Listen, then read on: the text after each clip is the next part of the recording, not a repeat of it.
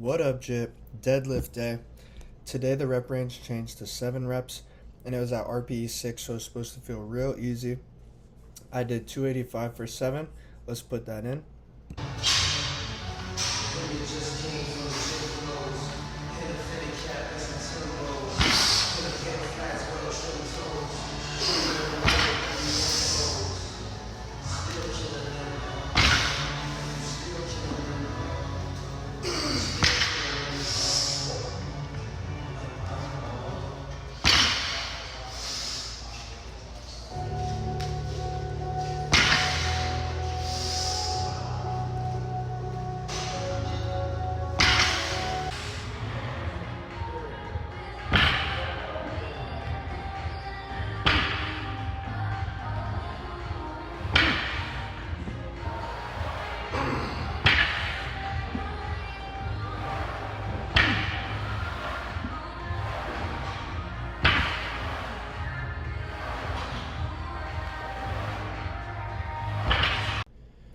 I thought that looked pretty easy. I mean, RPE 6 is supposed to be like I had 4 in the tank. Moving on, I did pull-ups. Last session I had done 3 sets of 10. First time ever for me. This session on the first set I did 12, and then I wanted to try to match it on the second, and I got 10. And then I was thinking cumulative reps I want to beat last week, which would be 30, but I only got 8. Like 8 was failure to me. My grip strength at that point felt pretty tough. Something that I also wanted to note now that I'm thinking about that, after I did the 285 for 7, the last couple reps, I was feeling like my grip strength was like a limiting factor to me, like wanting to like move with pace almost, and like move with pace, and I couldn't really like feel the movement as much. I don't know, that's not really the right way to say it. I was rushing is what it was. Like I was rushing and I was just trying to like finish the rep instead of like trying to master the rep in a way.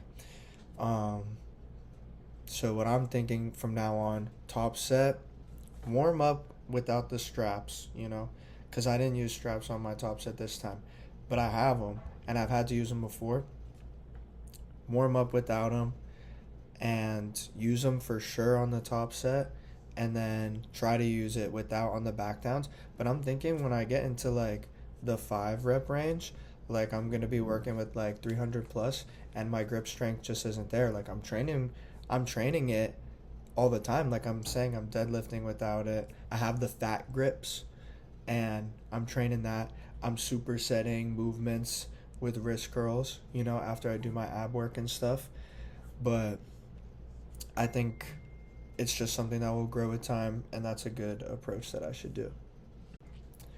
Next, I did these inverted rows, and for a while, I had felt like I almost mastered this movement. It's a really good movement to do, especially after deadlift and pull-up. Now my back's like exhausted. I can do like an inverted row. I don't need to do like a bent over row, because I don't want to like expend my CNS as much. But anyways, these inverted rows, or my roommate, he put me on last week when we were doing it together. I had just kind of like always just set my feet up however felt natural to me, but he was telling me that I can change it, because I was talking to him about this, that I was getting like too many reps each time. Like I wanted a way to change the intensity, but I thought that it was good because I was already spent from the movements before. But I can change the intensity with like my pace and stuff. But he put me on that I could like adjust my feet, and that kind of like adjusts how much like weight is being pulled in a way. So that was really awesome of him. Next, hamstring curls. I absolutely killed this, and I definitely think it's because the deadlift was such low intensity. So last week I had done 80 for 3 sets of 12, so I was moving up the weight, and I did 90 for 3 sets of 12.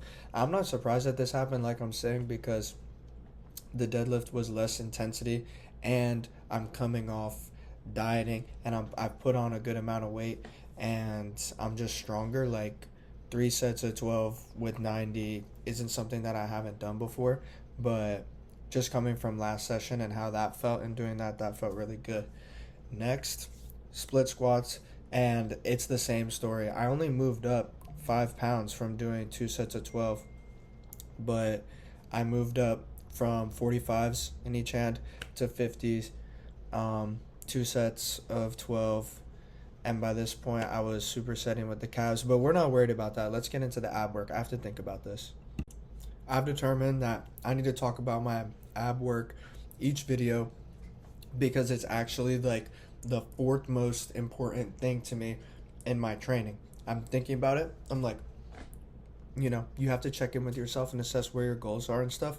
And I'm thinking like, I don't rank, the top 3 are tied, like bench, squat, deadlift, strength, and good form, And then what comes next? And I'm like, what do I really want to like move the needle with? Like, I don't care like how my arms look, how my shoulders look, like how all these things look. Like, these are gonna, my legs, whatever it is, these things are gonna change no matter what, doing all these movements.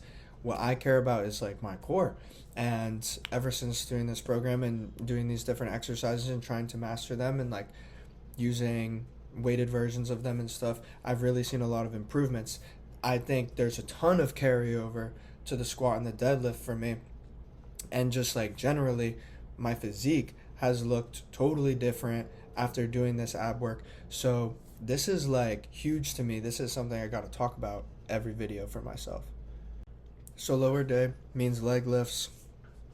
First set, unweighted, super easy, 20.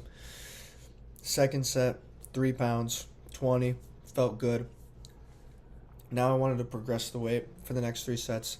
5 pounds, I did get 20 for all 3 sets. However, the last 2 sets, the last 5 reps or a little more maybe on the last set, but the last 5 reps on the last 2 sets were almost like myo reps. Like, I was like resting at the bottom.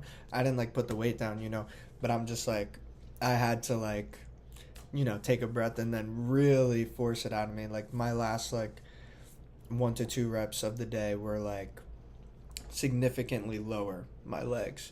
So I definitely like the intensity there. Excuse me, I burped. But I think that next session, what I'm going to do is I'm going to do a warm-up set of abs. I'm not even going to count it as one of the 5, where I'm going to do 20 unweighted. Then I'm going to do my first working set with 3 pounds, and then 4 working sets with 5 pounds. I'd like to get to the point where like I can't even do like a half a second rest. If I have to like, I want to like have to quit before 20 reps.